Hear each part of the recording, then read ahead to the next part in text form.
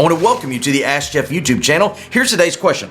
How did Adam and Eve learn to speak? It's a great question, and there's so many things about the creation of Adam and Eve and dirt and a rib and all these things of just what we call formative questions, like how did they learn to speak? How did they learn to do this? How did they learn to do that? I think it goes back to Adam and Eve were not created as infants and babies. In fact, you get the idea, biblically speaking, they were grown men and women, or a man and a woman. And obviously it was pre-sin. So there was no fallen nature. There was no anything that would hinder the physiological process of life. I think there's a valid biblical argument that without sin and as an adult, everything that you and I know cognitively, like speaking and doing things, were innately just a part of who they were. And so I think that argument's valid biblically.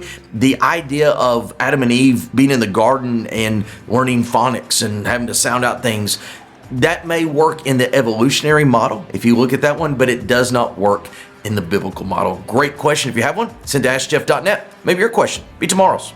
Thank you so much for being a part of our daily question here at the Ask Jeff YouTube channel. I want to encourage you on a few things. Number one, if you have a question to ask, submit it to AskJeff.net. Eventually, we'll get around to your question. Secondly, we'd encourage you to subscribe. That way, each and every day, Monday through Friday, you get a reminder of our question of the day. And last but not least, I want to remind you that on Wednesday evenings, live at First Baptist Church of Opelika, FBCOpelika.com, we do a solid hour of Ask Jeff where we dig into the questions more than just 60 or 90 seconds. Sometimes we take the entire hour. All that being said, AskJeff.net is where you submit a question to this channel each and every day, Monday through Friday.